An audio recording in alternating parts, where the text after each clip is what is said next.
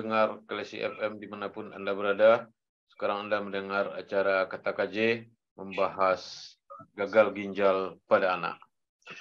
Kita tidak punya data akurat karena otoritas yang memegang data sedang mencari berapa sesungguhnya jumlah hari per hari korban gagal ginjal ini.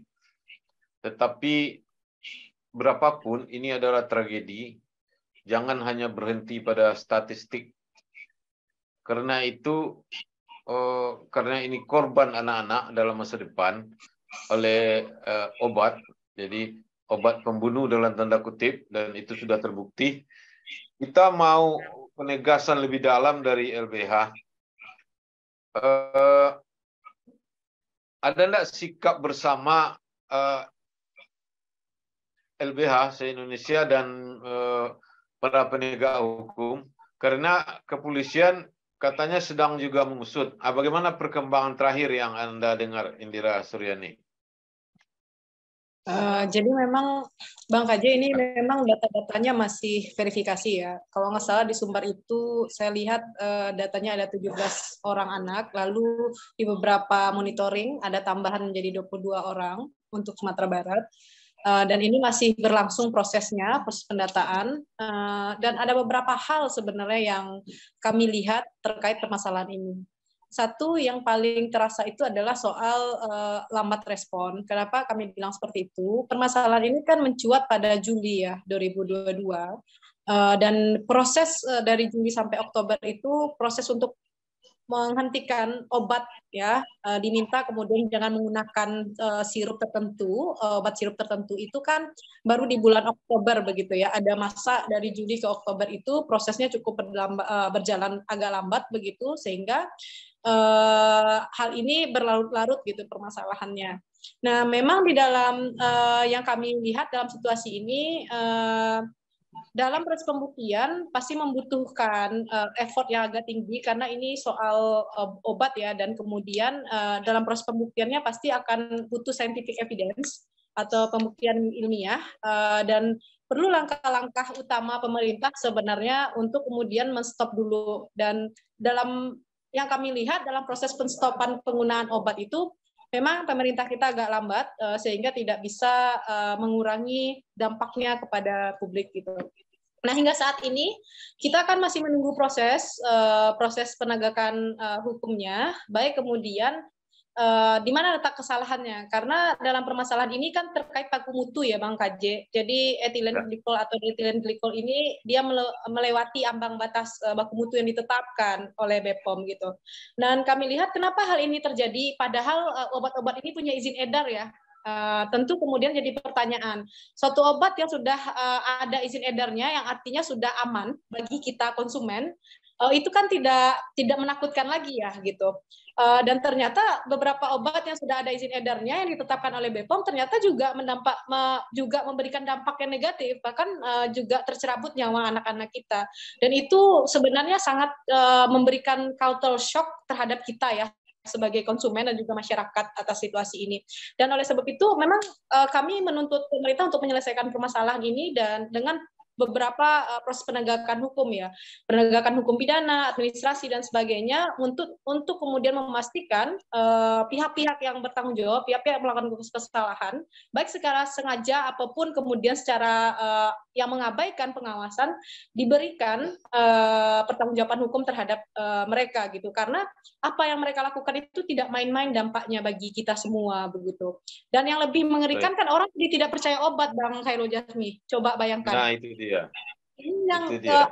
Apa guna apoteker, apa guna dokter meresepkan apa? Jadi takut minum obat. Kalau Anda menyebut tadi datanya Juni, sebenarnya saya punya data sejak Januari se-Indonesia. Januari itu 88 orang, itu rawat inap lanjutan, 60 orang rawat jalan, Februari 89, Maret 87, April 91, Mei 91, Juni 107. Jadi ini data BPJS. Jadi jelas siapa saja yang ditanggung BPJS untuk kasus GGA. Totalnya 1074. Nah, pemerintah tidak menyebutkan angka itu, yang disebut yang meninggal saja. Nah, jadi data akurat sebenarnya ada pada BPJS. Itu. Pak Dr. Jimmy, Idai punya rekaman data enggak? Kasus seperti ini yang mengejutkan, yang membuat dokter heran, pernah terjadi enggak untuk anak-anak selama ini? Ya. Ini kan kasus gagal ginjal. Menurut para senior dokter, baik itu di kampus dulu waktu belajar, pernah enggak kasus lain atau kasus serupa terjadi di Indonesia? Baik, Pak. Memang bukan kapasitas saya untuk menjawab ini, tapi beberapa rekomendasi, beberapa kali kita melakukan sosialisasi tentang GGPA ini, jadi gagal ginjal akut yang sifatnya progresif dan atipikal ini memang baru kejadian pertama kali. Dan kenapa sih baru bulan Juli ya mencuatnya? Karena angka kematiannya tinggi sekali. Jadi mungkin saya juga mempertanyakan data dari Pak KJ, apakah itu GGA yang disebutkan dari data BPJS tadi terkait dengan GGPA ini, yaitu satu. Kemudian apakah pernah ada kasus seperti ini yang gagal ginjal akut terus meninggal berat seperti kasus dalam 3 bulan terakhir? Selama saya pendidikan, memang saya belum menemukan kasus yang cepat seperti ini. Biasanya anak-anak dengan GGA itu ada penyakit lainnya, gitu Pak. Jadi ada penyakit penyerta lainnya. Jadi tidak murni hanya kelainan ginjalnya saja. Contohnya anak dikirim ke rumah sakit dengan mencret-mencret sebelumnya 5 hari di rumahnya, tidak mau minum, tidak mau makan, kemudian dibawalah ke puskesmas, infus tidak masuk misalnya, sudah dehidrasi berat, sudah syok, dikirim ke rumah sakit dalam kondisi syok berat. Jadi itu penyebabnya biasanya karena kekurangan cairan di awal. Sehingga kasus-kasus itu memang sering menjadi umum, dulunya bukan karena ginjal, tapi karena kekurangan cairan, yang kita sebut prerenal namanya, kemudian shutdown ginjalnya karena dia berhenti gitu Pak. Nah itu dulu banyak seperti itu. Tapi kasus yang GGPA ini yang sedang kita identifikasi memang baru dan memang mencuatnya dari RSCM ya. Kemudian kita di Sumbar nih yang provinsi yang cukup aktif melaporkan, karena nanti Ibu Aimas harusnya menyampaikan. Yeah. Kita juga aneh, dikirim dari rumah sakit di bagian utara itu dari Padang Panjang ke atas, itu datang ke rumah sakit M. Jamil katanya 1-2 hari cuci darah, 1 hari malah meninggal dunia. Ini cukup aneh dan profilnya cukup membuat kita bingung Pak. Ya, apalagi kita sedang masih di dalam pandemi COVID. Apakah ini karena COVID? Apakah ini karena bakteri lain? Ternyata semuanya tidak konklusif. Makanya kita masih mencari-cari dan sekarang sudah hampir ke puncaknya. Kita menduga kuat ke arah intoxikasi etilen glikol itu, Pak. Nah, dan ini sudah dikeluarkan edaran rekomendasi dari IDAI untuk itu. Dok, saya juga tidak tahu, tapi begini bunyinya, kasus GGA dalam kurung N17 pada anak usia 0 sampai 14 tahun yang dibayarkan oleh BPJS. Saya ambil dari BPJS pusat nih, dari humasnya, data yang tadi itu. N17 itu GGA nih dok, GGA N17 pada anak 0 sampai 14. Betul Pak, itu GGA. Itu kasus GGA kita banyak ya sepanjang tahun. Tapi tipikalnya yang yang kita sebut sekarang GGPA, gangguan ginjal akut progresif atipikal ini, itu angka kematiannya tinggi sekali. Tadi Bapak sudah menyebutkan 50 sampai malah 65% tertinggi. Ya, angka kematiannya tinggi sekali dan itu cukup pelik buat kita. Dan ini kasusnya memang baru ya buat kita. Sama seperti dulu mungkin kita kenal di awal tahun ada hepatitis yang yang atipikal juga, sama seperti dulu di awal-awal COVID. Mungkin tidak ada sebab lain dok, misalnya jajan dari makannya yang tidak terdaftar di BPOM di sekolah-sekolah, ada yang warna biru, warna merah, warna ungu, macam-macam makanannya, mungkin tidak itu? Bisa. Jadi ginjal GGA ini bisa disebabkan karena kelainan di luar ginjal. Tadi yang contohnya paling sering itu kekurangan cairan, dehidrasi, mencret-mencret misalnya. Kemudian kelainan di ginjal sudah ada bawaannya. Ya, biasanya orang-orang yang gangguan autoimun, contohnya lupus ya, anaknya menderita lupus yang memang ginjalnya bisa kena. Atau di luar ginjal, contohnya anak-anak yang lahir dengan kongenital. Jadi ginjalnya memang sudah tidak terbentuk sempurna. Nah, apakah bisa disebabkan karena makan makanan yang aneh-aneh sekarang ini? Bisa saja. Nah, tadi menjawab teman dari LBH, kenapa sih pemerintah lama? Karena yaitu kita sedang mencari, Bu. Sejak Juli kita cari, kita lakukan pencarian evidence, apakah ini disebabkan bakteri? Apakah ini disebabkan karena COVID, karena kita lagi pandemi? Apakah ini disebabkan karena MIS-C namanya itu penyakit COVID yang berat, atau disebabkan leptospira, bakteri ini, bla bla, ada virus lain, adenovirus. Semuanya ternyata tidak konklusi. Sampai kemudian barulah di Oktober kita bersama-sama, karena ada kasusnya juga di Gambia, itu juga menjadi pendukung. Apakah ini intoksikasi? Ternyata sekarang lebih cenderung ke arah intoksikasi. Jadi tidak serta-merta 1-2 bulan. Nah, ini memang untuk di level nasional, di level kami aja, untuk menyatakan pasien ini meninggal karena sesuatu, misalnya A atau B, itu nggak serta-merta langsung gitu.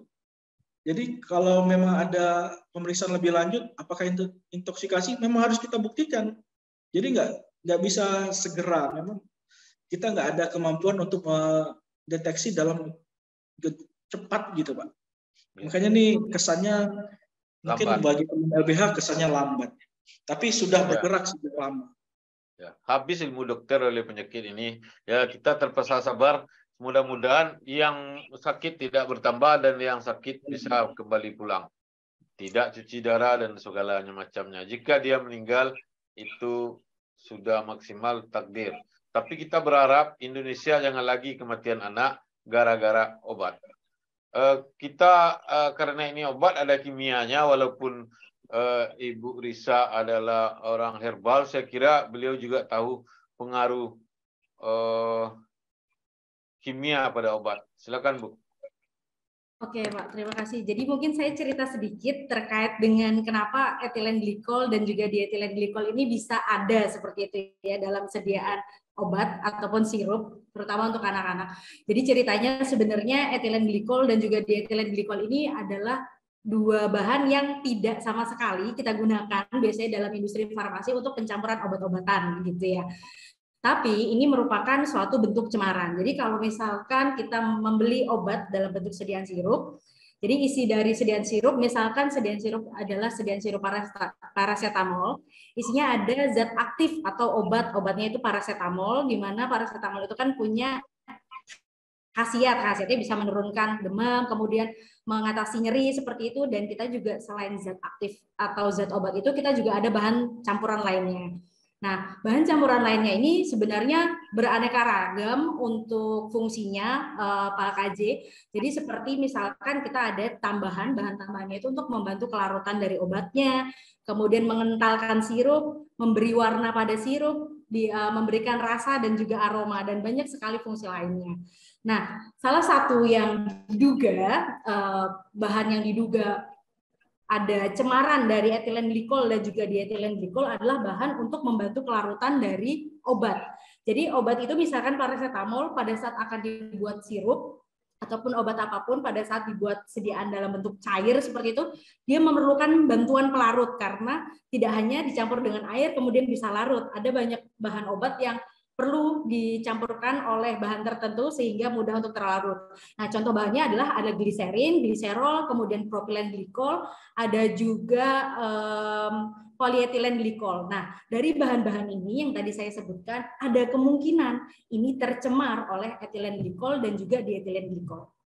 Jadi gampangnya adalah pada saat bahan obat ini dicampurkan dengan bahan-bahan tambahan lainnya seperti polietilen glikol, gliserin, dan gliserol itu kan dicampur seperti itu dalam sebuah wadah, di mixing dalam industri farmasi. Kemudian kita biasanya menambahkan suhu. Jadi penambahan suhu sama seperti kita mungkin membuat teh atau kopi gitu ya. Jadi biar bahannya ini mudah sekali tercampur. Nah, suhu yang biasanya digunakan itu berkisar 60-70 derajat Celcius. Namun apabila suhu pada saat proses pencampuran itu lebih besar daripada 70 derajat Celcius, ada kemungkinan cemaran etilen glikol dan juga dietilen glikol ini keluar. Nah, sebenarnya kan tubuh kita punya kemampuan untuk melawan sendiri ya apabila kita itu istilahnya termakan atau terminum etilen glikol dan juga dietilen glikol, tapi batas maksimalnya adalah 0,1% saja seperti itu.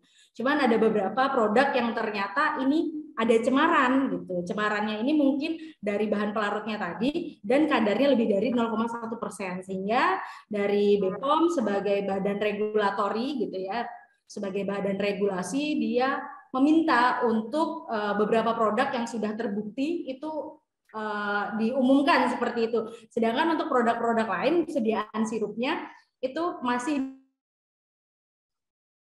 di hold seperti itu. Kenapa di hold? Tadi juga sudah disampaikan oleh Dr. Jimmy bahwa etilen glikol dan juga dietilen glikol ini kemungkinan menjadi salah satu penyebab dari gagal ginjal. Tapi mungkin ada penyebab lain gitu. Seperti misalkan ada infeksi. Ada infeksinya itu bisa infeksi bakteri, infeksi virus, leptospirosis, ada kemungkinan dari COVID-nya, dari makanannya, atau secara genetik. Nah, itu yang kita masih lakukan bersama-sama dengan dokter ya, dan juga dari Kemenkes dan juga BPOM juga sama-sama mencari evidence base-nya untuk melihat apa aja sih kemungkinan-kemungkinan yang dapat menyebabkan gagal ginjal akut pada anak gitu, Pak.